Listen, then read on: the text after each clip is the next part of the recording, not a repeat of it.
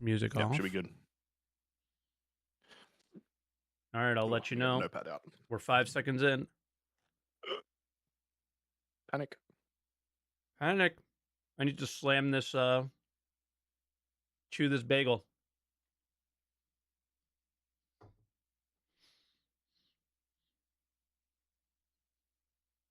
Ten seconds.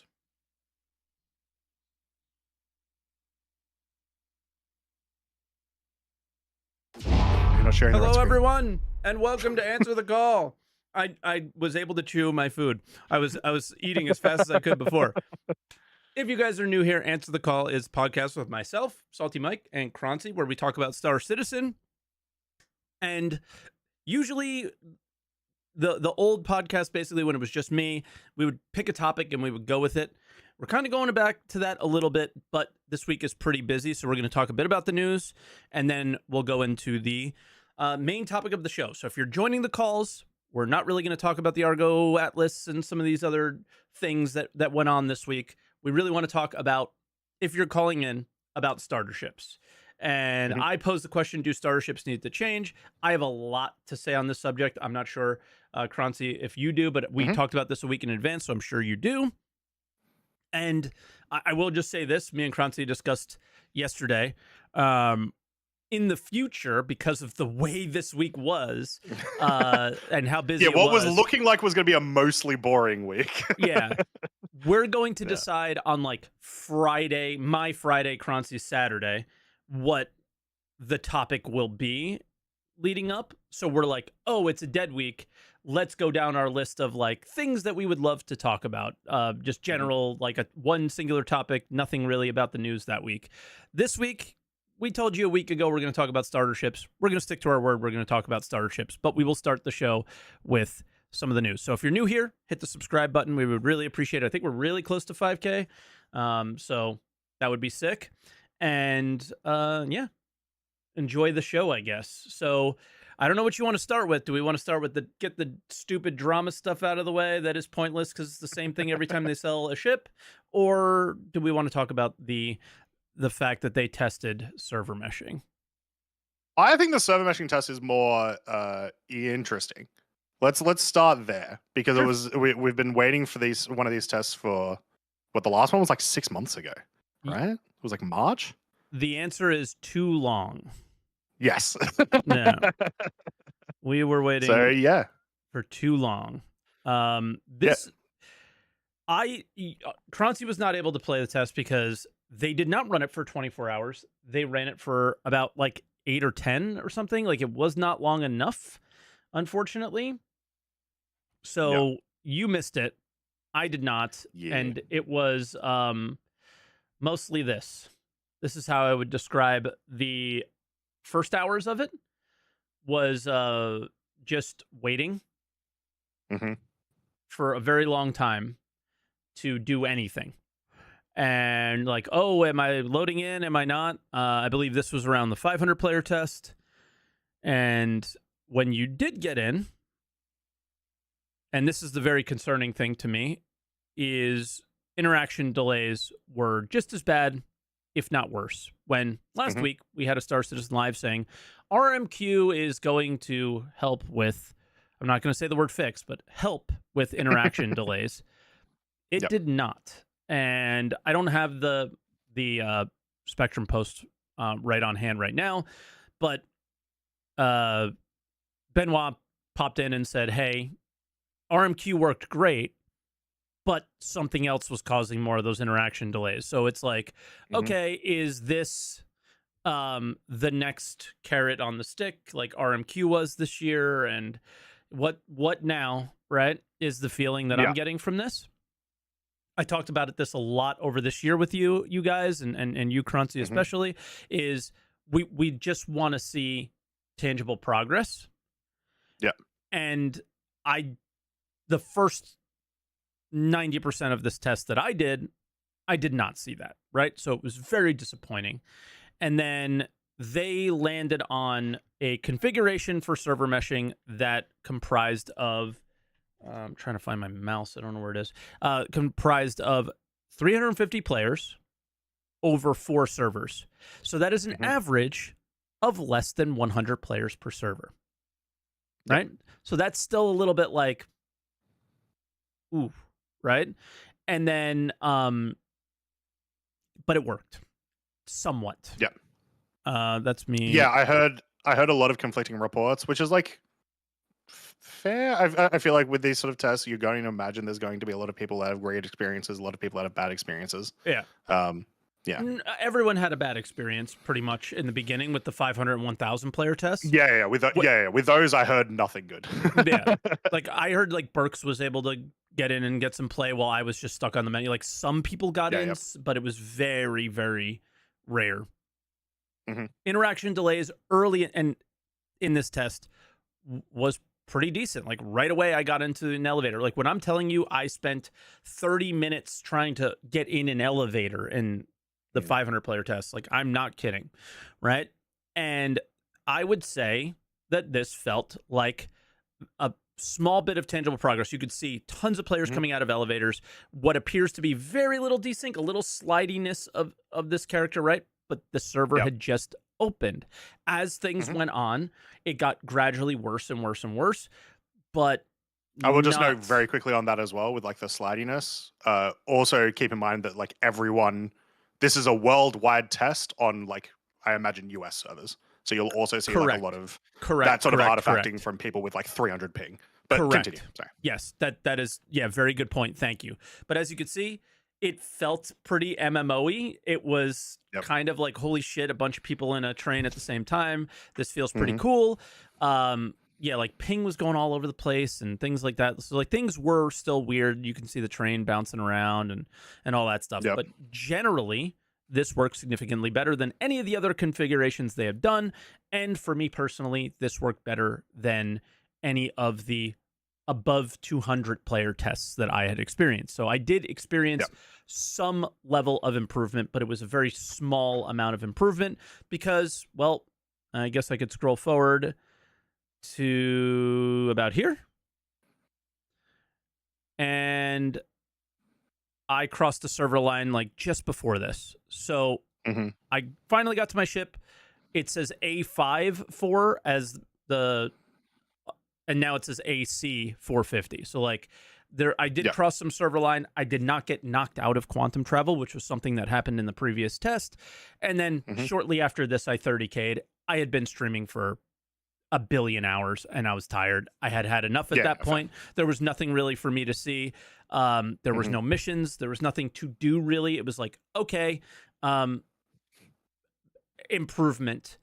But I think from here, players are probably going to want to see more significant improvement than this.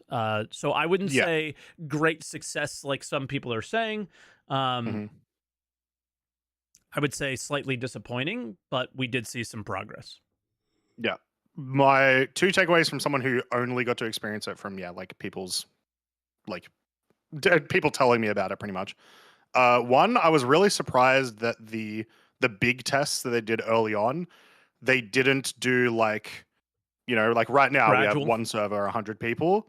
They went like 6 servers, 1,000. Like that just feels like a really, like, clearly you're just going for stress testing, because otherwise why are you not doing like as many servers as you possibly can for the 1,000 people?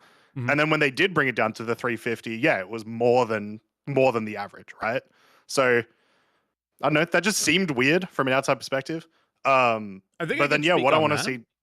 Yeah, go ahead. I remember in testing chat on the last one, they said like once they went above like 2 or 3 servers, they started to see really crazy issues that they didn't understand. So I think they just wanted to be like, bang, what does 6 servers do? So I think A/B testing from the previous one, it was like, all right, do we still have those issues? So that's what I think was going on there. Cool, fair enough. Well, then the other thing, I just want to see more of, like, hopefully this next week, give us another one of these tests at the 350 again. Let's see how it goes again. Yep. Let me in, please. Do it at a time that works for me, please, CIG. Or just run it consistently for, and they did say they are hoping to run another test next week, so that's good. Yeah. But yeah, I mean, I think we're just kind of hands up in the air. maybe we'll pose this question for next week or something like that. But like, is 350 players enough for Pyro and Stanton?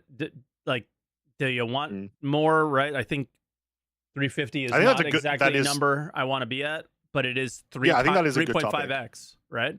It's 3.5x what we have, so it's like, do you complain about it, or because it's not an MMO? That's not MMO numbers, and we're opening up a whole nother area. So I'd be curious to hear what people think about that.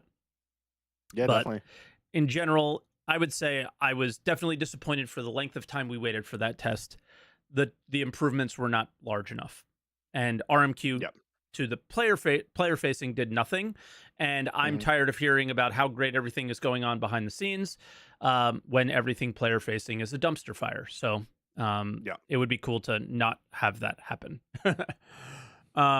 Drama time or complaining time or ship sale time or whatever. Let's mix it up a bit, because we can get into the addles, and then we can get back into like ISE and stuff.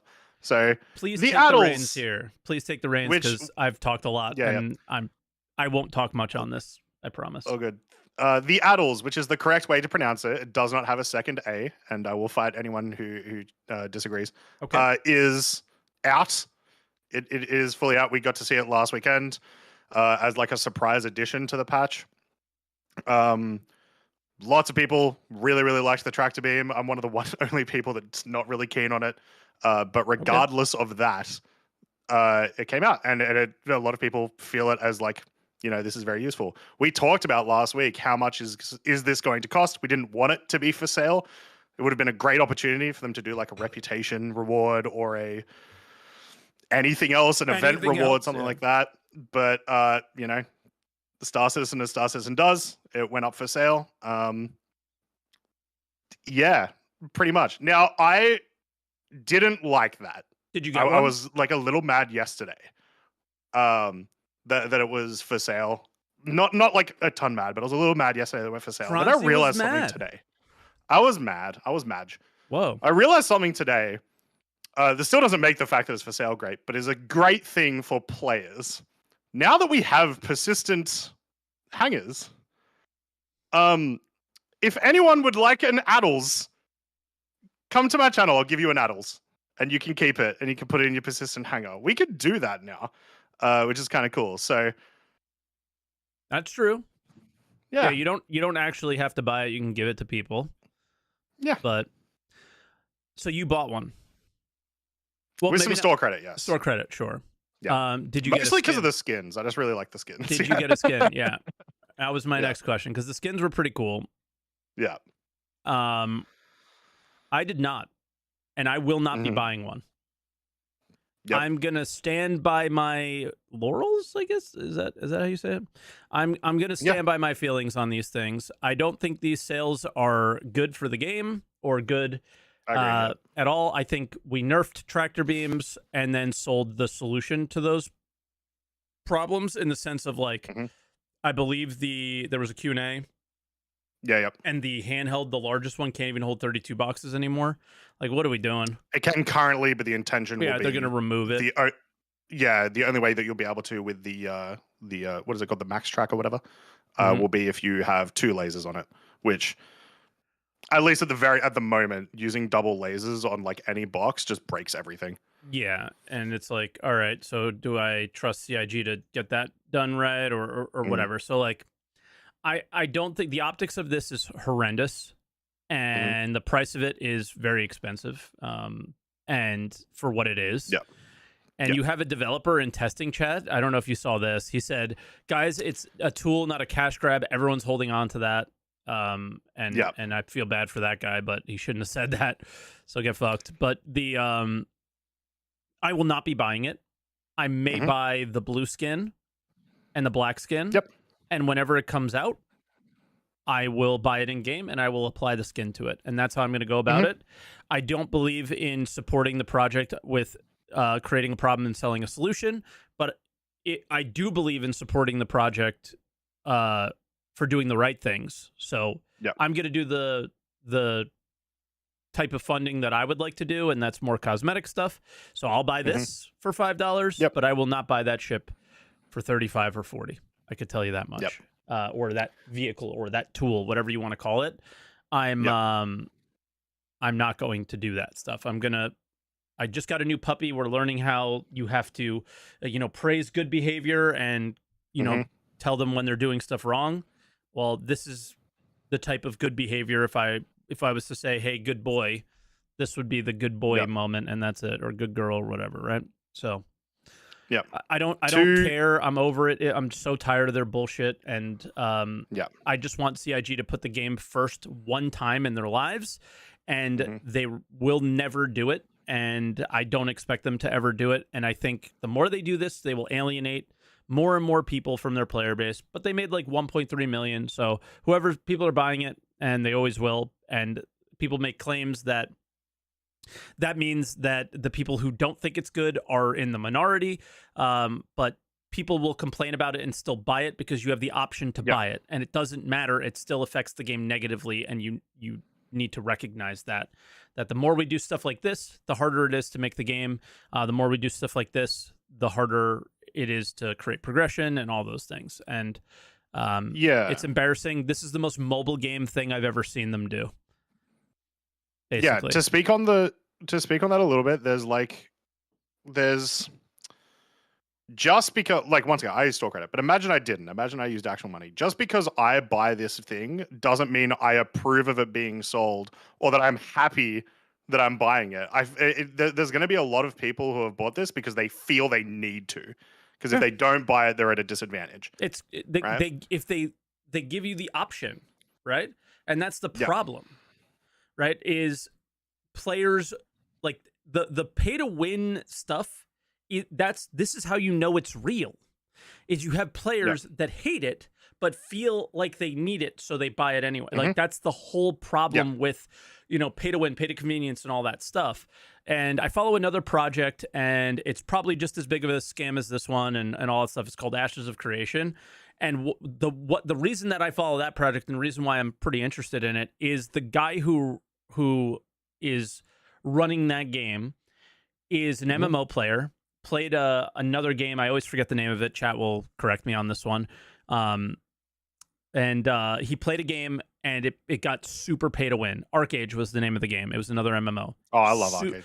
Arcade was really good, but it was mega pay to win, right? And this guy is a whale, has tons of money, and he paid to win, even though he didn't want to, because that's what you have to do. And I think CIG is going more and more and more in that direction, and that's super problematic. And I think they will eventually have nobody buying their ships because they will have nobody playing their game if they keep doing stuff like this at some point. Like, the funding numbers don't matter when the numbers of players aren't playing, right? Yeah. That's what those are the numbers that should matter. The number of new backers, the number of people in a server, the number of people playing. Sell this stupid thing all you want and pretend like everything is good, other content creators and stuff like that, but nothing is good if people aren't playing the game. So people still aren't playing the game that much with this. So that's the issue here. Two things as well that need to happen just with this in general. We can't be waiting 6 months for this to be available in game. It needs to be much sooner. Yeah. Because it's too important in the game, honestly. And the changes that they do mention in the Q&A about tractor beams, of course, it has to be available in game before those changes get made. If I cannot lift a 32 SU box without having a friend, that's just going to make the entire gameplay loop terrible. So, agreed. Yeah. Agreed. And that's all I want to talk about on that. I don't think it's as dramatic as people are making it out to be. It's just another example of the same thing over and over again. So we just repeat ourselves. CIG won't learn. They'll do it again because they made $1.3 million. And they fail to recognize how it affects their game, their backers, and their player base overall. And it will continue that way. As well as, like I said, I don't think it's as much of a bigger deal now that we have persistent hangers. I think we need to, as a community, start to get together and literally share ships. Just start doing it. It'll change change things a lot. So because you can, right? And Yeah, then yeah. ISC was pretty good. I think I hate the zoo. Yeah. I don't hate. I don't want to say I hate the Zeus. I Really? do not like it. Yes, Oh it wow. is another example of them cart before the horsing a little bit. You know, I'm a cargo hauler guy. Yeah, yeah. It's horrible cargo grid. It does. It's terrible cargo grid. Tight. It's tight. It's I think it was Meyer who's in chat right now. Mhm. He explained it better than I could. Any cargo grid that is 3 high because the ceilings are so low is not good. It's hard to work with. So Sure. they don't their metrics are still completely off because the gameplay was made after the designs of the ships were. And anytime you're going, all right, I use 8 SCU boxes, but I can't stack them, and now I need to go 8 SCU and then 2 SCUs or 4 SCU, and then you're like just trying to sneak them in there. It's a bad experience. So it just could make it like awkward with Correct. essentially how the boxes work. It makes loading incredibly awkward. Interesting. And yeah, because the height of the ceiling is any ship that you're loading cargo in that goes just to the ceiling makes it really hard to work with. Anything that gives you space is much easier because then you can go up and over and in. And yeah, I mean, Ironclad again for the win. You're opening the ceiling and you have a lot more room to work with then all of a sudden, right? Yeah. So that's my knock on it. I love the way it looks.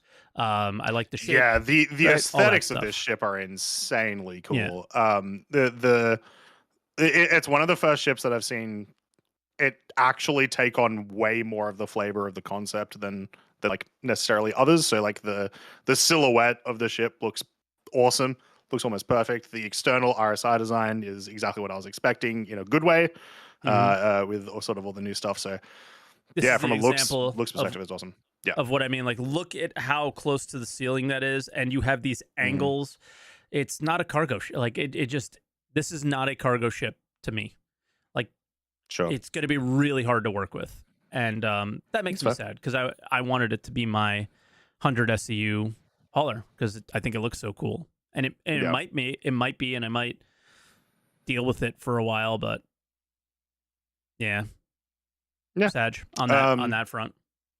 Yeah, no, I like it. Not enough to make me want to get one. I still think in that like space, like if the grid was good, space, I would get one. I think I still prefer like the Freelancer Max.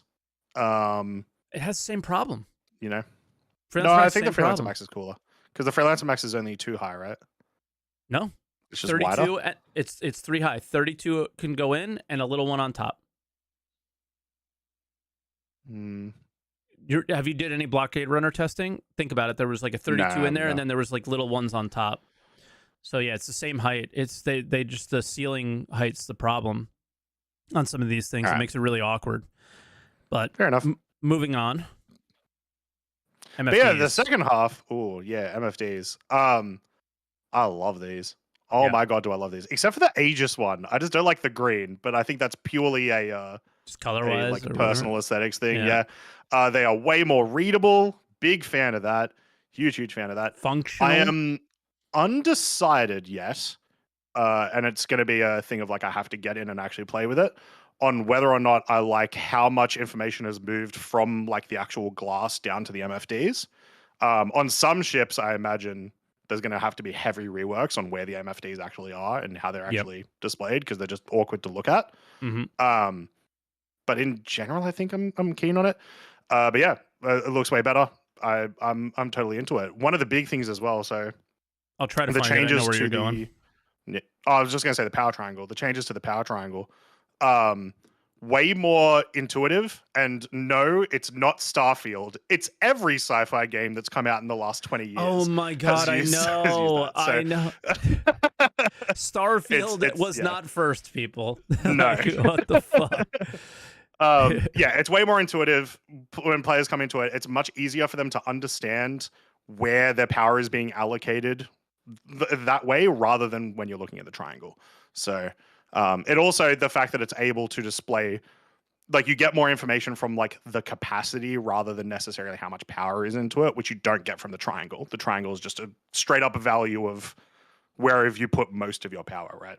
I think I found what I'm looking for. Yeah. This is probably the most interesting of the talks. It was, okay, I have X amount of power into my weapons, and the fire rate was low. Like, it was low power, and then they put it up, and the fire rate went higher. So I'll allow you guys to watch this. Like, all right, this is our fire rate. And then they like ding, ding, dink, and put it, I don't know, I'm looking for it, but I can't find it. But basically that's what happens is they put it back up, and it's like, zoom, going crazy. And I was like, oh shit. So we will be talking about the quickly, I guess, is that, you know what, let's just bring it up right now real quick. Is they're going to be making some changes to vehicle loadouts. So this was a post by John Crew, and he's saying, you know, all right, we're going to like take some smaller shields and make them larger shields, and some bigger shields and make them smaller shields, depending on the ship and the role that they want them to play. Lots of changes here. I did a react video, guys, on it if you want to watch, where I went through every single one and went through Urkel and saw what was changing. What we don't know is how they're doing this because of Resource Network. They're doing the MFDs because of Resource Network. What we don't know is how power affects shields, right? And if it affects it anything, thank you, is 14:15 on the timestamp, apparently. Cheers, Duncan. Thank you. Yep. If it has any bearing on the weapons like we're going to see here, then most likely it will have an effect on the shields as well, right? So I would imagine all of these changes people are freaking out by, but they don't actually know what they're freaking out about yet.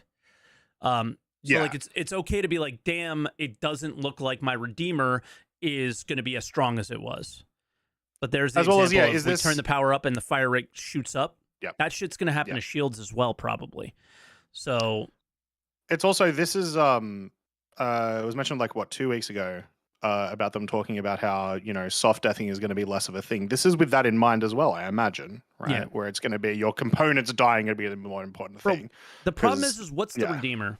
The Redeemer is this like enigma. It's a weird thing, and it doesn't make any sense. So they just got to like put it in a box of what it's supposed to be and then develop it that way. And you may not like that, but that's what they have to do with that ship. Because it's just weird. Is it a drop ship? Is it a gunner? Or is it a gunnery boat? Like, we don't have really gunboat ships besides that. So what does that role play? What does it look like? How does it work? The only one that we really have besides that is like the Hammerhead, and that's a very different beast to that's to like Redeemer, an anti-fighter one.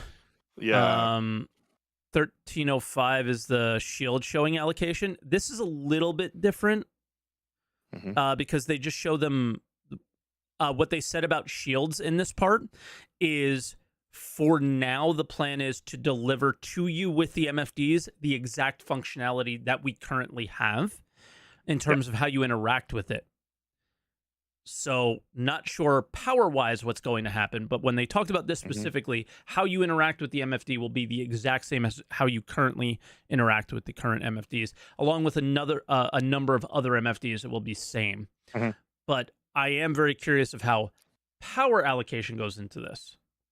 So, some other things on it. So they've moved a bunch of options that normally are held like in the actual, like, you know, press escape options menu into the MFDs. My only one concern about that is persistence of option choices. Obviously, I really want it to be the case where if that ship dies and then I get another one out, it still has all of those options ticked, because otherwise it'll be a huge issue. I have the worst memory in the world for anything that's important, but they mentioned at CitizenCon they will be persistent. So I can remember a year back that this whole thing that they talked about, they said it will be persistent, but I can't remember I have to deposit a check, and I've forgotten for the last 2 days. So that's, my priorities are perfect. Fair enough. I don't. And then the other thing they showed. Else. I was just saying the other thing that they showed, having your self status and target status on your helmet in the top left and top right. Once again, if you want. Yes, if you want. Yeah, exactly. You can remove it if you want to remove it. So yeah, but yeah, huge. Also, it's been it's such just a good UI choice to do that, and then like it felt like they didn't know if they wanted to do that for so long, and then it's so yay, good. Yes, and in general, I'll just say, like, wrapping it up on this is extremely good UI work in comparison to anything else we've seen in this game for a really long time. I would say the second best UI to the refueling UI on the Starfarer. I just think it looks good. Yeah. It's easy to read. Yeah. It seems functional. Just from the video, it Seems looks like functional. it's decent. Yeah, well, we don't really know, right? We'll see what happens, but it seems like they are like, this is what the players need. Let me deliver it, and we'll go from there, right? Yep. So yeah, I don't have much else to say on that. Well, it's just a we will have to see kind of thing.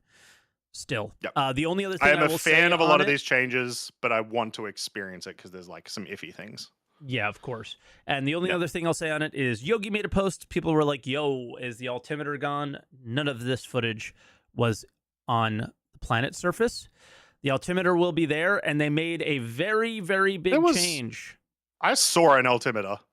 Well, If I might be losing my mind, I am sure that I saw doesn't- maybe not the altimeter, but definitely like the altitude number at the very least. Regardless, it doesn't matter because the change.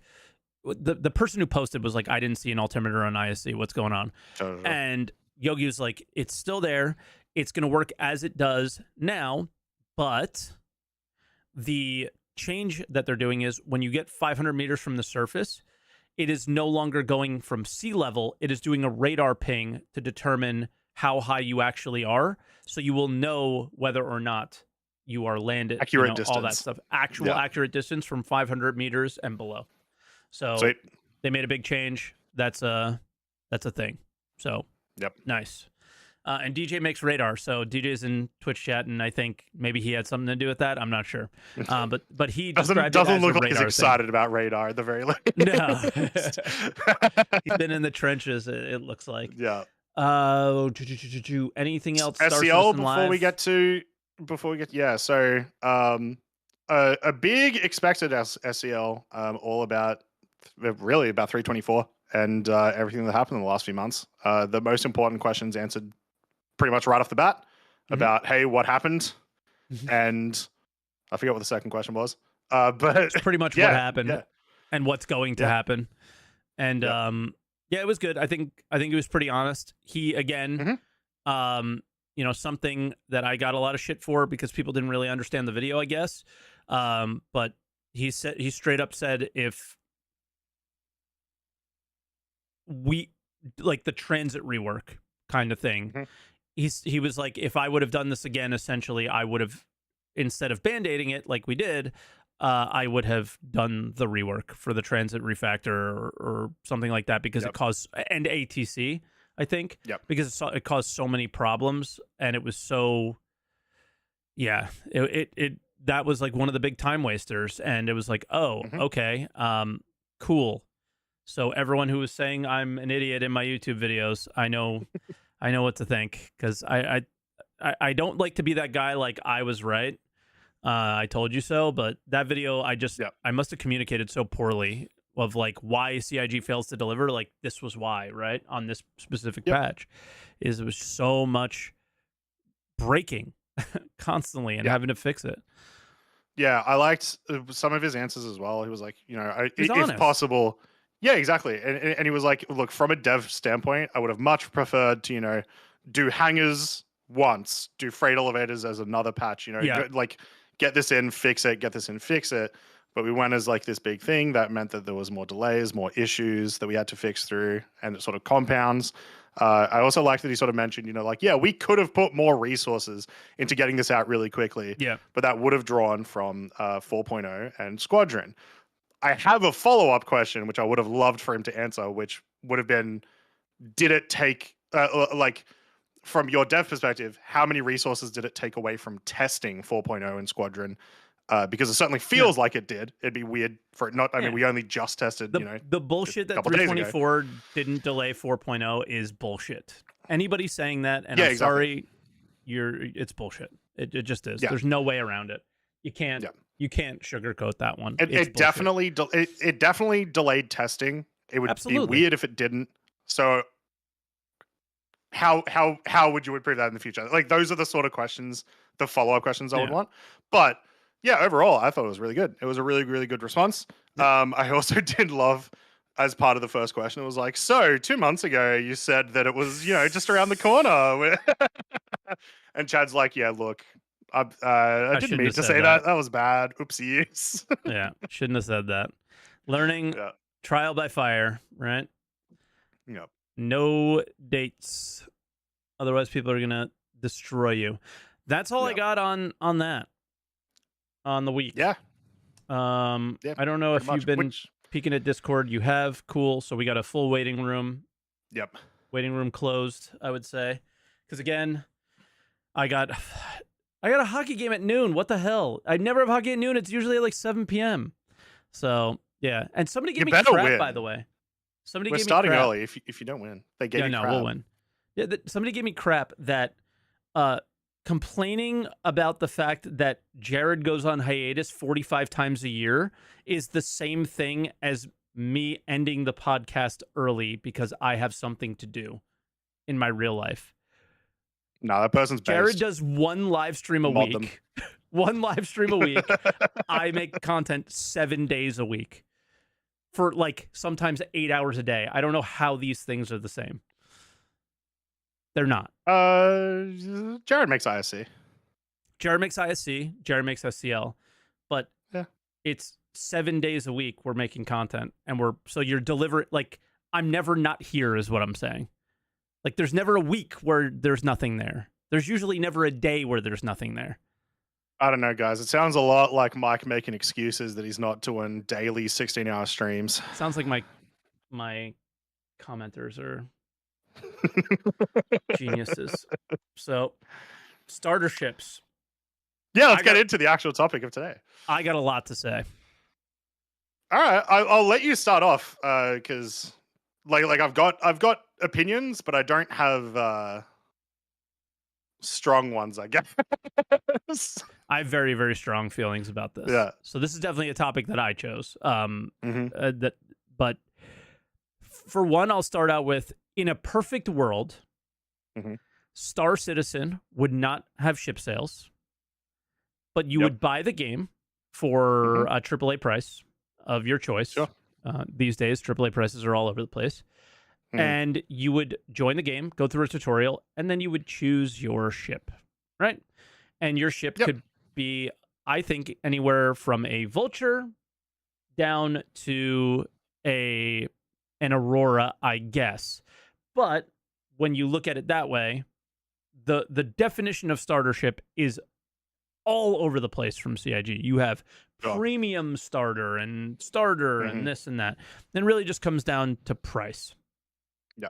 And stuff, and it's goofy. But I Mhm. think the last decent starter ship that came out was the Cutter. And you are starting to see what a starter ship really is, right? It has an interior. It has a place to log out. It can carry cargo. It has guns, and it might do something a little bit different or a little bit better than the others, right? The start of this improvement to starter ships was probably the 100i. Has an interior, has Sure. cargo, has a bed, can fly pretty Yep. well, has combat capabilities, and then it has this special refueling system that it refuels its hydrogen, right? So it does something better than the other ships or something different. And then you look back at the old ones and you have the Aurora and you have the Mustang. And they don't fit in this universe anymore. They don't make sense. They're beautiful. I love the Aurora. It's probably like my favorite ship in the world. I love it.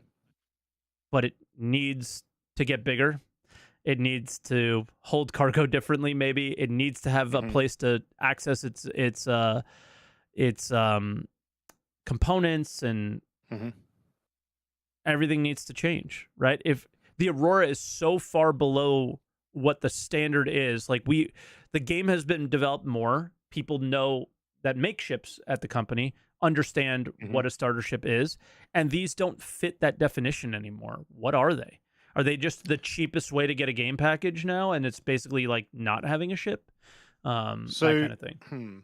So I do think they have a place in the game, specifically the Mustang and the Aurora. But yeah, not as you're describing. Like what you're describing is the kind of ship that a new player that I would want a new player to use, or even me if I had started a new game or whatever. Mm-hmm. I would want to use for like a few weeks, you know, like a mainstay sort of ship. The way that I see the Aurora and the Mustang, and always have since I first joined, is literally as a tutorial ship, right? This is the ship you will use on day one and probably day one alone to learn how the game works. You'll very quickly get enough money to rent a bigger ship, right? And That makes may no do the sense to ships a me. disservice, though. Yeah, it does. I think it really does, and that makes me sad. Right? I don't think every ship should be great, but every ship should fit the game that you made. You know, and those have just like you know, Constellation and other ships that are just older. They have fallen behind the newer ones, and it's not because they did it on purpose. It's because they can't keep up with all this stuff, and there's no reason to me why. Like if there's any reason to do a Mark II, it's on the Aurora and Mustang for me. Is like you can retire those like you did the Hornets, and you can bring back these, but they should be brought back at the starter ship price of now AAA price ish, like the Avenger Titan 60. It's like 60 ish, 65 US, right? And that's really what I want to see. And I think that there is, you know, gun rack, bed, cargo. And it doesn't have to be a lot of cargo, but just enough to carry a box or loot something, right? Maybe weapon capabilities, maybe not. And then you get into the realm of like specialized starters, like your Prospector, your Vulture, maybe like a cargo one at some point now that we have a cargo patch. So if they ever did another, like, I don't know if they would do another starter. It would be the Halle. You think Halle would be that? Okay. Yeah, I'd get a double check on the price from chat, but I believe that's $95. That's cheaper than the Prospector and $85. the Vulture, I believe. Yeah, but cargo is like simpler, I guess. But it is. Like, well, I mean, I was going to mention something on the price of those as well. So like, I do agree with what you just said about like those basic starters. I still don't hate that like the idea of having a tutorial ship. Like I said, yeah, it does do a disservice to those ships. But I would not be opposed to them sort of keeping it that way and then focusing on more, you know, once you do develop, you get into your Avengers, you get into your Sewlands, your Cutters, bloody hell, the Pisces or whatever. Yeah. But the important thing is the preference at that point, right? It's just preference. I like the design, I like the look, but you know, or I really want to go down the route of industry, so I want to go this way, or I really love Origins look, so I'll use the 100i.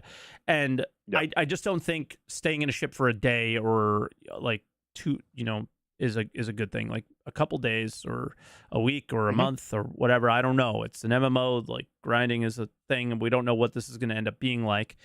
But nobody, I think, wants to stay in an Aurora forever. Because it's just so restrictive from so many aspects, right?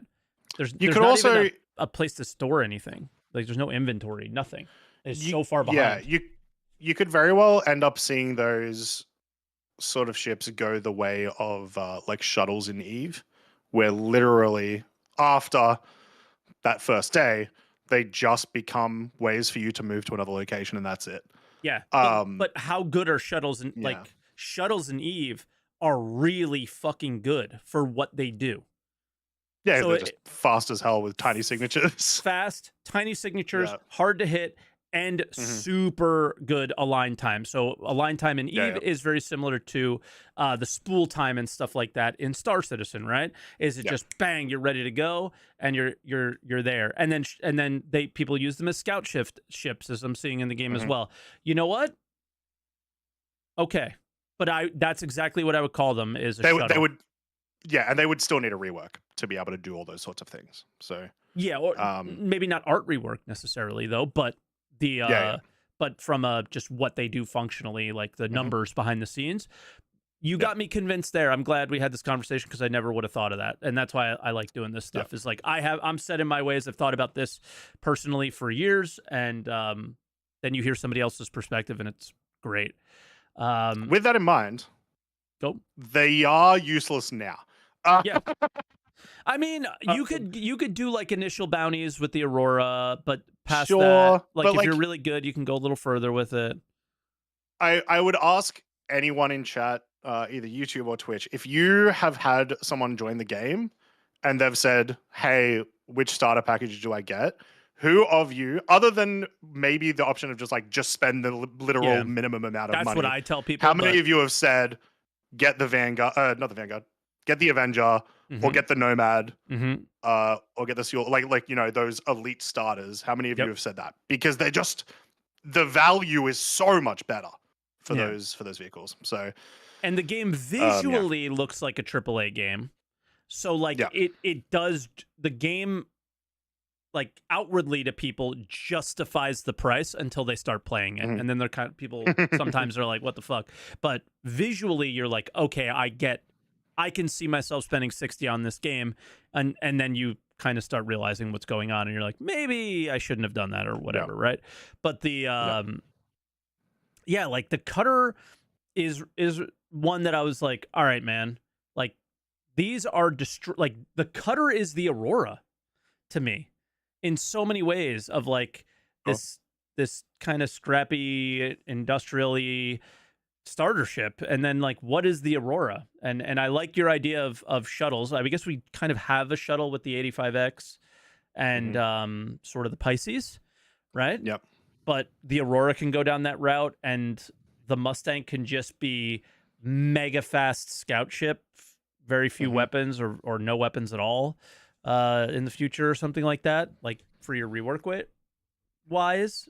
And yeah, I think that's as well really as like the interesting. fact that they're cheap is like Cheap to once build. again, we don't have an economy, so it's like Yeah. hard to judge that sort of stuff. But like the fact that they are cheap and they, even if you have insurance on them, I imagine in the future it's still going to be very cheap. They're still going to, claim really quickly. Will be an advantage to them that I imagine people will still use them. Yeah. In some way. Yeah. Yeah. Should we move on to the industry starters? Because there's a lot to be said about them. Yeah, I wanted to touch on, because like we were talking about price, and like just to be clear, when I mentioned price, like we would all be starting at that between $60 and $100 range. Star System might not come out in 10 years, so the price of a AAA game will probably change. So whatever the price of a AAA, like the prices of ships now are irrelevant to my discussion point. Is they should all be blanket the same price, and the player is making the choice once they enter the game. So you are entering the game without buying a ship, no more pledge garbage, and you are pledging or buying Star Citizen the game. You go through the tutorial with maybe your Aurora, like you said, and then it's like, well, what kind of player are you? Yeah. And then the game lets you know, if you're interested in this kind of thing, well, then these are some decent choices for you. If you're a combat player, then even the Arrow is considered a starter ship, right? So that's what I'm talking about. Yep. What I would like to see, so the Vulture plays very well as a starter salvage. Yes. The Prospector plays very well as a starter mining ship. The Halle plays very well as a starter freight. Or Nomad. However, right? They all feel like one step separated, right? We have a lot of like we have at least for mining, we have ground vehicles, right? That are a step below. That really is probably, if you're learning that sort of mechanic for the first time, even hand mining, right? You should be doing that sort of stuff first. And I would love to see, first off, them just removing the word starter from any of those types of ships, but moving into a way where a logical sort of advancement and progression through those areas happens for a newer player. If you do want to go through the mining route, cool. You do your tutorial missions, whatever, in your Aurora. You get an Avenger.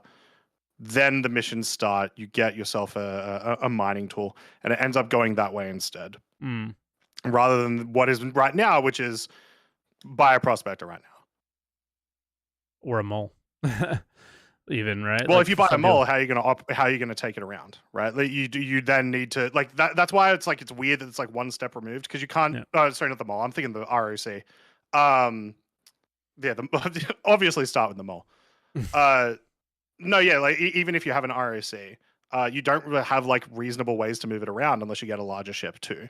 And so it's the Prospector is a I see what starter you're that's saying. 3 levels further ahead than where it should be. Yeah. Yeah. Because and the ground gameplay for this stuff isn't like, even with salvaging, they didn't do a great job with it. It doesn't Mm. hit. It doesn't feel like the starting point either, right? It's I will say ships, salvaging ships. may be different with the missions that they're talking about coming in Pyro. If they but make bigger that's not here yet. canisters, maybe. But if you're Yeah. going through and it's like canister, and it's like a million things to sell, it is it's a little less interesting, I would say, or exciting. But yeah, Yeah. I mean, I think one of the other problems is like, I saw DJ loves Eve, right? So he got really excited when I was saying something that resembled a ship tree.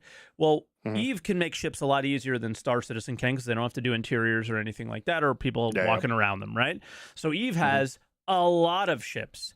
So there are 10 mining ships, something like that, right? And they all do their individual things a little bit differently. One is, Yep. all right, well, this is when I'm going into a dangerous zone because it's a little bit tankier and I might survive a fight. And then there's one, but it has less cargo space, right? And things like that. We have a prospector and a mole. We have a vulture and a reclaimer. We don't have 15 ships to choose from and create all this sense of progression as you were talking about. Like, the sense of progression they went down is like hand, vehicle, single, and multi. Those are your 4 choices. And that's not the best way to go about it, I don't think, personally. But that's where we're at. Do you think they're gonna stay that route? Because I've never really seen them talk Depends on how about it that quick much they in make terms of ships. industry.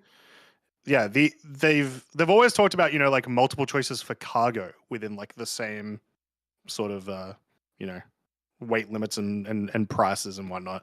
But they've never really talked much about, you know, different ships the size of a vulture that do salvage differently, different ships the size of a prospector that do mining differently, and so on. Like, I would hope they do. I'm making a, well, I wish I could make, and this puppy has consumed our lives to the point where I don't have much time to do stuff as far as making content goes, but I have a plan to make a video called What Star Citizen Can Learn from EVE Online. And one of the things that I think is really, really important that I think that they can learn is, I guess the best example is the one that you gave, is like cargo ships.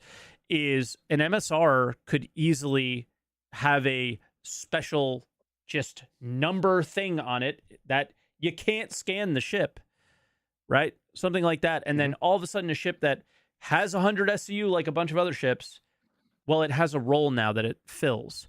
And the prospector could be something that is like really good at ice mining versus the next mining starter or whatever another small mining ship, right? Because then it's not about starters, it's about size. Well, okay, then you're talking about progression, because like Eve has Tech 1, Tech 2, Tech 3, right? Yeah. So, you know, you have your Tech 1 miner that kind of sucks, but it does the job, and it's really good to start with. But then you have your Tech 2 stuff, and your Tech 2 stuff you're starting to do, like, okay, well, now I'm moon mining, now I'm ice mining, and this can attach this, and that can attach that. And the just options are there. Star Citizen is not giving you enough options on a lot of the industry side of things, or most of the options are on the combat side. But the choice, I would say combat and cargo. Combat and cargo. There's like a lot of variation. Yeah, but the choice is more of, all right, this one has more guns, it's meta. This one has more cargo, it's meta, and then you're done. So that I would argue that is a different issue, because at least they have the ability, whether they do it or not, whether to display the ability or not, at least they have the ability that they can, you know, modify those and make it and change it around. Whereas here it is literally, there are 2 mining ships, there are 2 salvage ships, and they are vastly different from each other. Yeah, exactly. Like, I would love to see a day where you have a couple size ships as the prospector, but just because of the name of the prospector, its radar capabilities of finding ore is significantly better than everything else. Just as a bonus. Just give it a bonus. And now you're prospecting and finding stuff and selling the ore location, just stuff like that, right? Yeah. And I want to see that in the starter ship realm and all those things as well, right? So yeah. I was gonna say, to sort of bring it back, like, yeah, and I want to see. I would love to even see more simplified versions of ships like the Vulture and the Prospector that are even more new player friendly, right? That maybe have way less cargo, but you still get to do that activity, right? That are in the realm of, that $60, that $70 sort of thing, where if you do want to start off as a miner, you can get that game package. You get this thing that has like 8 SCU of mining cargo in there, but it's got that laser and that's all you care about. Yep. Let's go. That is a starter mining ship, not the Prospector. Refueling, repairing, salvaging, take it down from the Vulture a little bit, even if you want.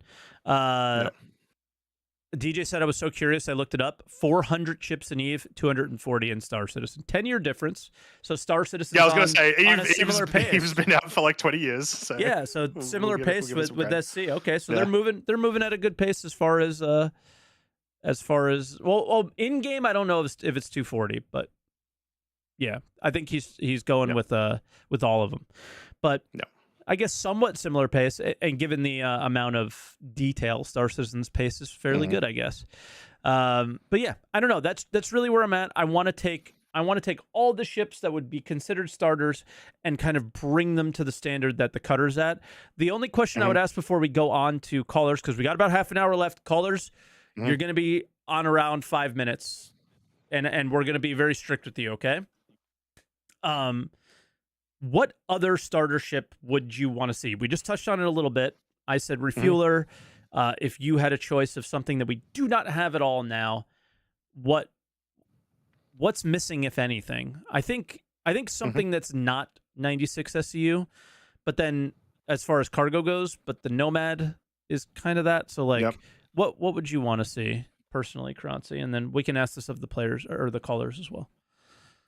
Well, yeah, like I said, I would just want to see some of the things that are in that, $150 range at the moment be brought down to a more simple version 60. That still allows me to do that gameplay. That's in the like 60, maybe even $70 range, and I'd be fine. And yes, a starter racing ship, also known as the 85X. Or pretty much. The Connie snub is probably the starter racer, right? The Merlin, yeah. But yeah, so that's where I'm at, is like the game has grown and some things have fallen behind. And at some point, similar to the initial discussion of today's podcast, is they're going to have to focus on what is our game? What do our players do at the beginning? What is the flow that a player will experience? And starter ships, I just see them being such an integral part of that. That is your introduction for players to the game. This is the will they stay and subscribe if there's some sort of a subscription model at some point. Continue to buy gold if that's the way they go. Cosmetics, ships, because we all know they're going to keep selling them, right? Like, this is the introduction to this. And that has to be the way it is. I'm sorry, I got distracted because somebody in the Twitch chat said, stop trying to get them to focus on this gameplay. I mean, what are we doing here if we don't want them to focus on gameplay? I'm confused. Screenshot simulator. Yeah. It's showroom. It's a ship showroom. That's what it is. Yeah. So, all right, we'll get to callers and we'll go from there. Now, Mike, you have been sharing the wrong screen to me the entire pod. Just I was fixing my mic again. There you are. All right, cool. Yeah. Thank you. It was my mic thing is on the same exact screen. All right, so we'll bring in Mr. Space Monkey Business to start. Hello, Space. Space, our favorite caller, I swear. How you doing? I'm good. To be honest, I was not prepared for the starter ship discussion. I was other stuff because so much was happening this week. But hey, stick to the plan. We can do it in the next weeks because they will be dry, as I heard. We Well, we learned, thought this past week was going to be dry, and Yeah, it wasn't. we So. all expected that, I guess, but CIG had another one for us. and we learned our lesson as far as we won't go a week in advance. We'll give a little bit Yeah. bit of lead time, but not as much. Yeah, we'll Yeah. let you guys know the Yeah, topic a maybe. couple of days beforehand. Oh, maybe.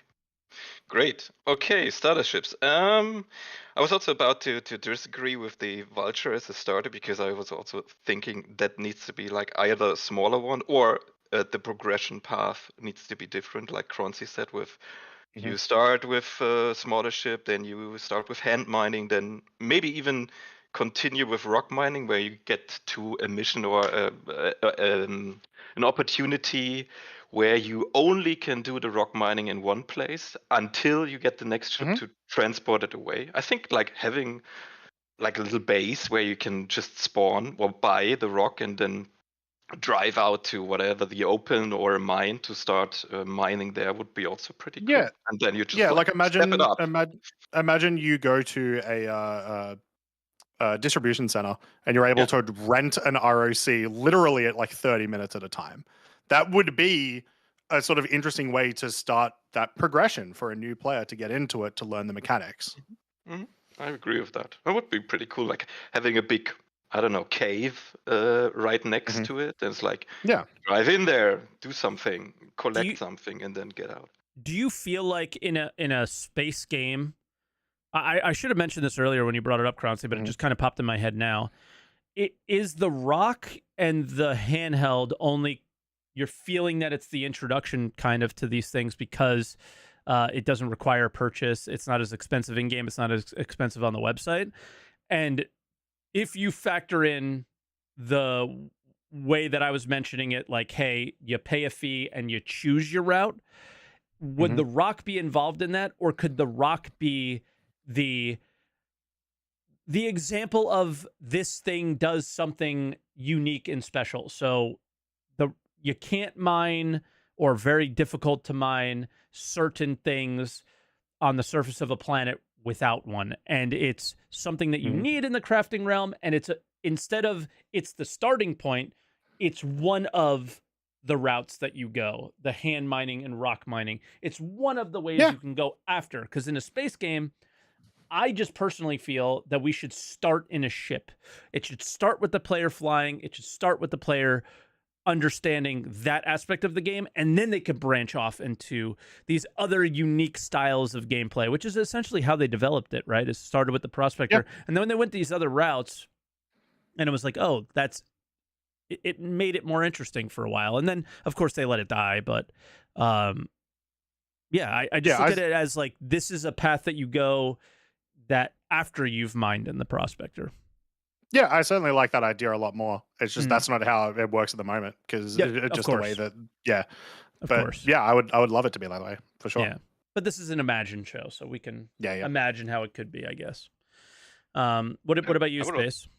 I would also agree with that. I was also always a fan of a progression in a V shape. So you start at some point at the bottom, and then it just opens up over the time. And hand mining would also be a progression pathway where you say, okay, I started a very like easy scenarios, but then it gets pretty difficult because the environment can fuck me up. Can I even say fuck here? I hope. Yeah. Not too many times. Okay. F you up. Sorry.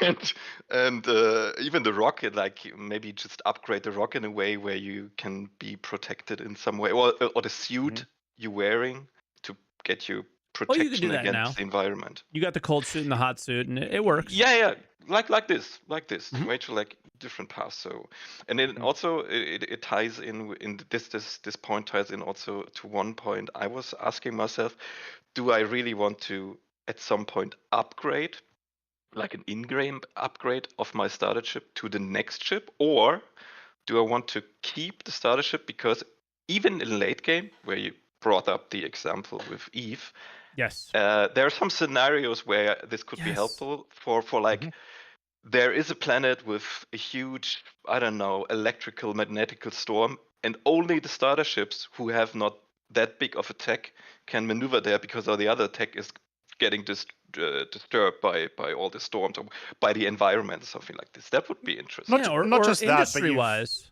like what if a certain ships just do certain ores, like Prospector, for example, can mine titanium just better. It gets a bonus for Yeah. it, or just something as simple as that. Just simple. which Yep. mean our laser upgrades already do essentially that. So it'd be weird to not expand that to these To other the sort ship of itself. options. Yeah. The thing I was going to say is you could also just bring in risk reward to that. The idea that a prospector is cheaper and easier to replace than a mole means you could be incentivized to use that ship in the more dangerous locations where And the combat riskier ships. materials are. So, Combat ships is that Yeah. is proving your example better than that. If we ever get to a place where we're losing stuff, combat ships that are effective but cheap, that's going to be a very cool thing. Like, all right, guys, we're going on we're probably not coming back from this one, but we're going to have some fun, right? And you just like, everyone all right, get your arrows out. Yeah, everyone all get your all arrows your out. civilian components. Yep, and we're just gonna go ham, and we're gonna have a good time, Yep. and we'll see what happens, and that's it. And it's okay if we lose this stuff. You're not taking out your gold-plated F8. You're taking out your like somebody said, Misk Fury Swarm in Twitch chat, right? So stuff like that. So yeah, there's always that as well, and they've always talked about that, but we've never felt or experienced it yet, right? We've never felt the experience of I lost my thing, and I don't want to lose my things. Give us some YOLO missions. Not missions. I want like you Or just scenarios, go. Yeah, no, like just you go and do it. It's a sandbox. I'm gonna go to where like Avenger was talking a lot about Master Modes this week. I'm going to Avenger Squadron Space, and we're going to attack them over there. And we know we're going to die, but it's going to be fun. So let's bring our arrows and screw it. It's whatever happens, happens. Yeah. That kind of thing. One last point. One last comment and one last point. The hydrogen, like sucking mechanic. I would implement this as an upgrade you can get for a ship. I would for all ships, right? I agree. Yeah. I would not give that at the beginning to have like a money sink and that it was unique. Yeah. To that ship. At the beginning it's cool to have like a money sink on that with that, and then at later stages, like if you want that component, do like a special mission line to get it, and then you can implement it. Yep. And the last question I have, and maybe also asking to you, is how fast you should get out of a starter ship. You said a day, Croncy. I catered to a bit longer. Specifically, Aurora and Mustang, I think a day. Okay. I think you should immediately get out of it or rent something bigger. I don't think we can answer that. We don't have the game yet. So it's very difficult to tell how long you're going to stick around. This is like opinion of how powerful you think these things should be, right? And for me, I don't think you should be on it for very long, but I would still like to be able to use it for, shuttling, that sort of stuff. Like it's a ship I don't use often, but I still have access to, right? Yep. Yeah.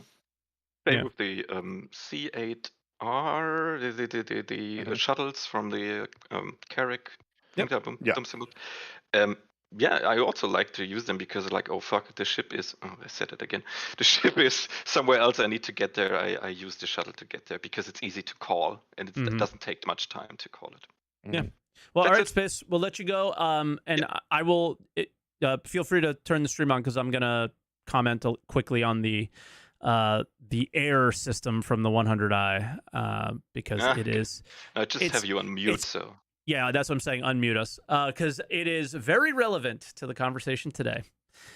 All right. Thank you, Space. Bye now. Cheers. I pushed him out. Great call as always. The air system on the 100i is exactly the same thing that we're dealing with right now with the Atlas. Every ship recovered its hydrogen fuel many, many years ago. Until the 100i starter came out. And then all of a sudden, no ships did it, but this one did. The new ship sale came out. So we created a problem and sold the solution. And we did it again and again and again for many, many years. But this was one of the first examples that I can remember of them actually doing that. And So I'll bring in the next caller. And Croncy, I see you texted, so I'm gonna see what that is real quick. Is it something that I should was look me at? telling you like an hour ago to change the thing because you Oh. were sharing the wrong screen. Okay, yeah, my bad. I have to look at my phone to do it, otherwise your face disappears, as some people know. But yeah, we'll bring in the next caller here. It is Certified Gumbo, who we usually catch at the end, but Gumbo, we're catching him early. What's up? What's going how on? you doing? I'm good. I'm good. Hanging in there. Trying to stay dry. It's raining. Yes, Oh, fair enough. lots of rain here as well. All right. Starships. So interesting conversation point. I have a proposition because I'm listening to the previous caller and you guys talk earlier. Mhm. And I think that it would be a good idea for CIG to consider separating what a starter ship is and what an entry level vehicle is. Because like Okay. to me, I would look at a starter ship as like a sedan. It's good to get around town. Like you can get around the verse. It's not an entry level. It's a way to expose players to the verse. It doesn't do Mhm. anything particularly well. It's a jack of all trades, kind of like the Cutter and the Sulin. I think right now, as far as the current ships, and I guess the 100i, I've never flown the 100i, but the Cutter and the Sulin to me fit what I would define as a starter ship. Everything else, They're I the would most recent consider, ones. yeah. Yeah. Right? And like, but if you think about it, like amenity wise, right? Like something that can carry anywhere between 4 to 8 SCU, one SCU containers, not the two Yeah. and up, but just like one SCU size containers, has okay weaponry, okay, well, Like it's not it paper needs a thin. bed. It's yeah. Well, I think it needs the bed, it needs your armor rack, it needs Mhm. like gun rack, all that stuff. But it also should be really good on fuel, but maybe slow.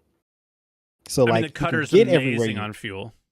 and I think that that's a great starter ship because like you can get around pretty easily. You don't have to worry too much about running out of fuel, but you aren't going anywhere fast.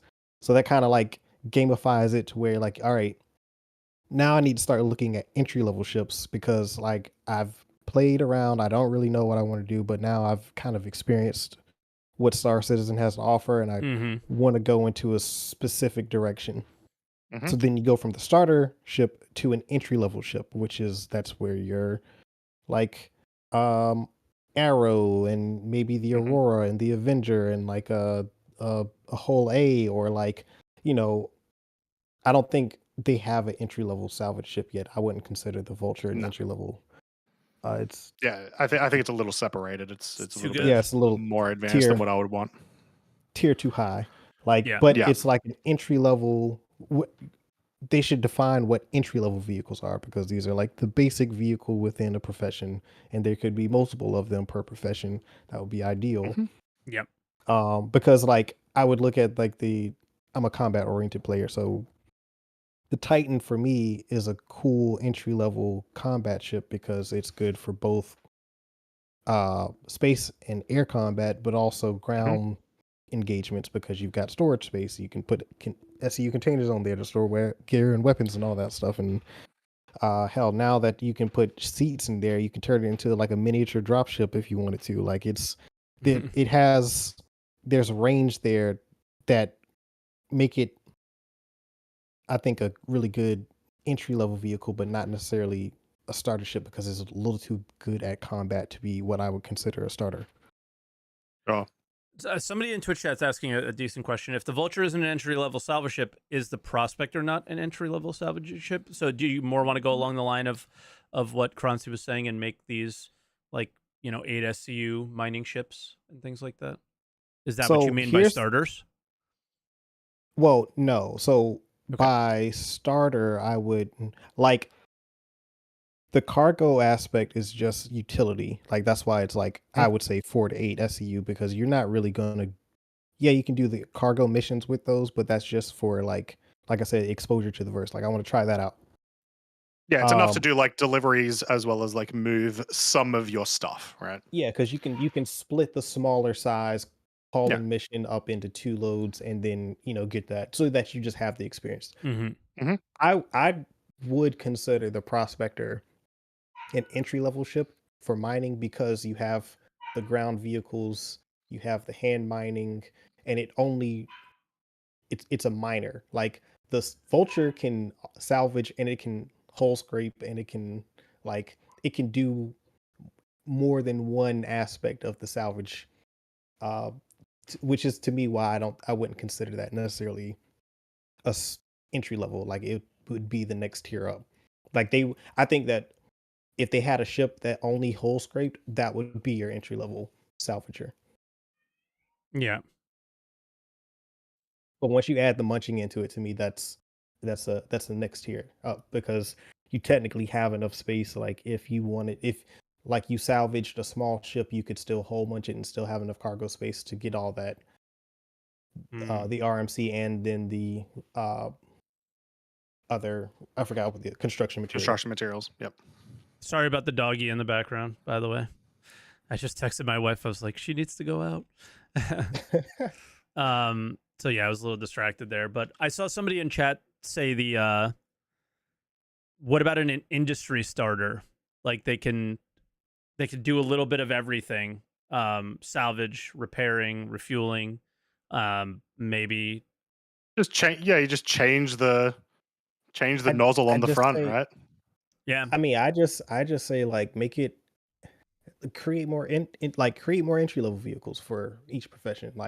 And then also too with industry, like there are other aspects of where are they going with ground mining? Like where are they going with like hand salvage and hand Yeah. mining and all the there are other avenues to where you could take a basic starter ship, get to a location like a mining area, for instance. Like if they rework the mining areas to make sense to where like, hey, Artcorp mining area 45 has this 10 by 10 kilometer area, and it sends out contracts, and as long as you mine in that area and then bring back what you mine to the mining facility, you turn it in, you get paid, you get rep.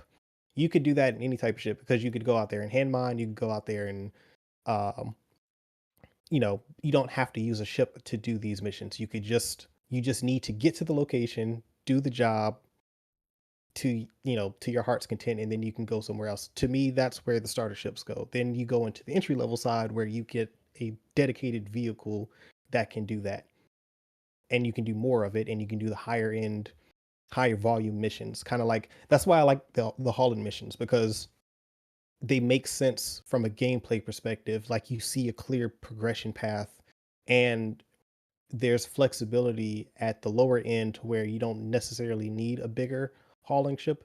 And then you can also kind of progress sideways to where like, yeah, you can haul like small quantities but higher value commodity and get paid more for it. Like I don't think that those missions are in yet, but like you can see that I mean, they they can kind of easily add are. that in there. So I throughout the week have been running cargo on all the ships that they want to rent, and I've basically gone through the Cutter, which is not rentable, it was just my starter ship. I did the Nomad for a week, and I'm doing the Cutlass now. And I can do in the Nomad and Cutlass, now that I'm member rank, I was making 15K per mission with like 5 to 10 or like 10ish SCU, and now I'm making 40K per mission with a similar amount of SCU. So I with the Nomad I was doing 2 missions per. Now I'm in the Cutlass, I'm doing 3 missions per, and I'm making like 190K a run, like around that route. And it's like you could feel that progression just because I moved up with a little bit of cargo. And like you said, there's a lot of variety within a certain cargo number, and it's kind of nice. But I will say we got about 10 minutes left, and we got to get to a couple of callers. So real quick, you want to just say your final thing so we could say goodbye? Yeah, like I mean, that's pretty much it. Like that, I like this topic, but I just feel like it would be better to like for some way CIG designate what's a starter and then what's an entry level vehicle. Yeah, Because I think it a- would make a it would clear the clear lines up a lot. path, right? A Yeah. clear path. Yeah, because it's to me like entry level is okay. I'm doing this profession. Here's the vehicle I'm going to start in, and Yeah. then like I can go from there. And entry level well, starter is just like okay, I'm playing the game for the first time. Don't know what I want to do. I need something to get around and kind of just learn the basics of the game. Yeah. Yeah. Okay. I can get Awesome. behind that a little bit. I still prefer spaces like it expands out a little bit, but all right, Gumbo, we'll let you go, man. Thank you so much for calling this right. week. Cheers. Yeah, cheers for calling in. Bye now. See you around. All right, and then we'll move on to Punji Stick. Punji Stick, can you hear us? Punji Stick, how you doing? Yes, I can. Hello. Hello. Howdy. Hello, long time listener, first time caller. Hey. Oh yeah, welcome in. Yeah, I guess to start off, previous caller kind of stole a lot of my thunder, but I do take issue with the current like line of thinking that's been going on throughout is a different ship for every occasion. I think that there needs to be a starter ship that goes the other direction. It's something that does a little bit of everything, either through modularity or just like equipment slots. You want to do mining, you slap on a mining attachment. Maybe it's not the best at it. Maybe you're limited to like 2 or 4 SCU. Same with the salvaging. Maybe you're limited to 2 or 4 SCU per run. Has a bit of cargo. Can do in in a couple of runs a single in system low entry cargo mission, and then has the aforementioned like amenities for like weapon rack, armor rack, and maybe hygiene if that gameplay ever becomes relevant. Is this a way that, Mike mentioned Mark IIs earlier today. Is this a way that they could Mark II, the Aurora and the Mustang, to make them that ship? Where it's like, it actually can do everything just really badly.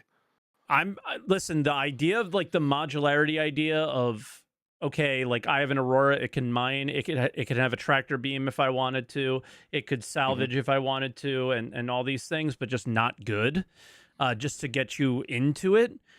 Just to be clear, that idea I love. I don't hate that at all. It's just very, very bad at it. But you get a sense for how it works. I'm fine with that. When I was talking about like the ship for all different occasions, that's once you get out of the starter. I think we got off topic a little bit there, just to be clear. Okay. Sure. Okay. Yeah. But yeah, to answer Croncy's direct question, I would argue against trying to rework the Aurora or the Mustang substantially, because you're back in that same situation. Because if you purchase the Aurora with the intention of doing, say, cargo or something, because it's slightly better at that, and you find you absolutely hate cargo, what do you have to do? You either have to go back to the pledge store, melt your package, get a new one, or you're stuck with it kind of in a way. Right. Or if they ever add the feature, you have to go all the way down to like whatever starting location you're in, get a new ship that way, and you're stuck with 2 ships. Or all starter ships sell back for the same price and you can just replace them. That too. That could work too. Yeah. But that's like a substantial like time sink for changing your gameplay style, whereas maybe you just go to the nearest station and the module you need to change it up is just readily available. Yeah, could be. I like that idea. Don't get me wrong. I love it. So it makes things simple. It's the same friction though, I guess, is every landing zone has all the starter ships available, and you just what if you could just mix and match constantly back and forth with them and be like, well, that wasn't that fun, or I had fun with that, but I want to try something new, right? It's kind of the same concept of modularity instead of it being stuck to one ship, because eventually we hope in game that you're going to be able to sell your ships for in-game credits and buy ships for in-game credits, that you could do that as well, just to like piggyback off your idea and do it just tiny bit differently. Is if they don't want to rework a ship and do modularity and make it do everything, you have more of the option to bounce between and do everything that way, in a very similar fashion, right? Yeah, that would also kind of address the issue of like how do you keep the Aurora and the Mustang relevant if you had this starter ship that can do a little bit of everything, just not well. Yeah, I don't know. So yeah, I think that's really all I had. All right. Well, thank you. Easy. I'm glad we're doing this because I think the more people we talk to, the more things I never thought about and ideas like that pop up. So I appreciate it. It's fun. Thank you again for your first time call, and hopefully yeah, we appreciate it. we could talk to you again soon. It was good. All right, Later, thank man. you. Bye now. See ya. All right, quick calls. They're on it. Nice. They heard that we're finishing early, and they're like, "I'll make my point as quickly as possible." Here we go. Yeah. We'll get Shark Bite in. Shark, can you hear us? Sharkbite, how you doing?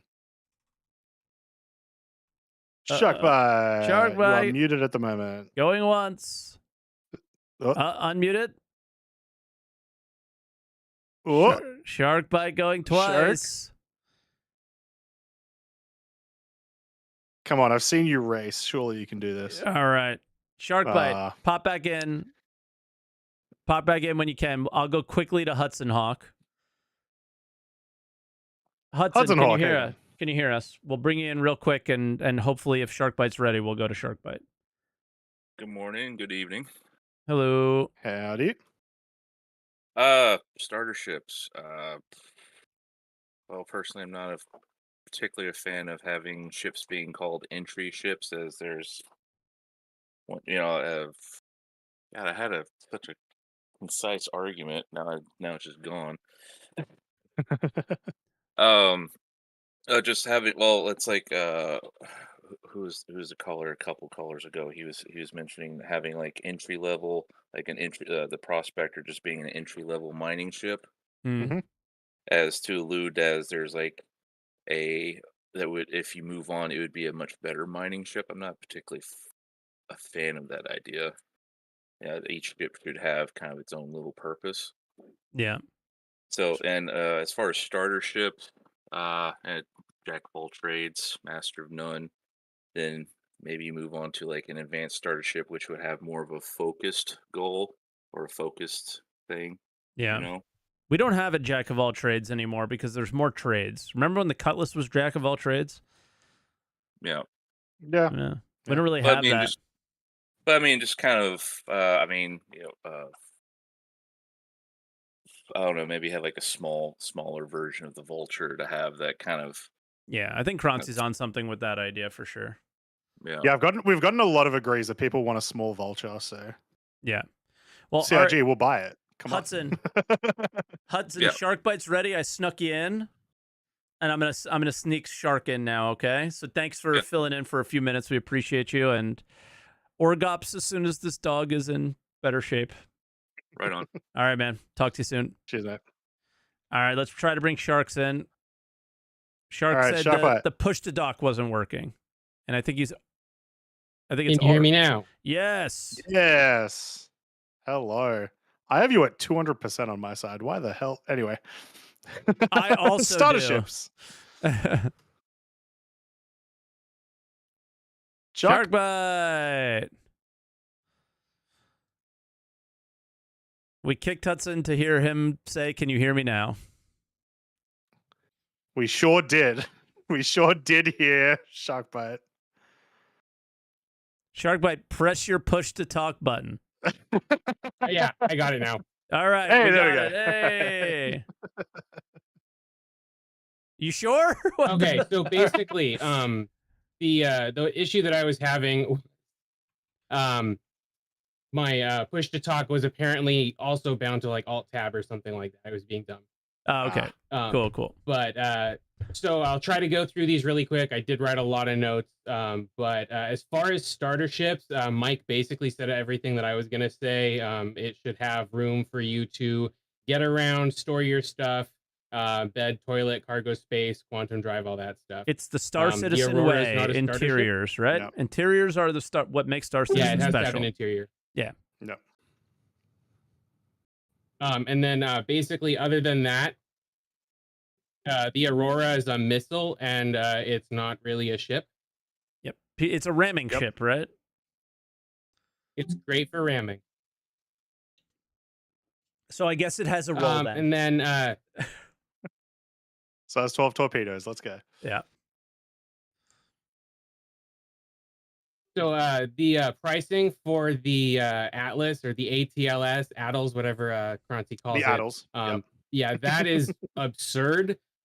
They had me like I was in a really good mood after Star Citizen Live, ISC, all that, where they were showing us all this cool stuff, and then we had some great results on the test server, and then they dropped the thing, and it's $40.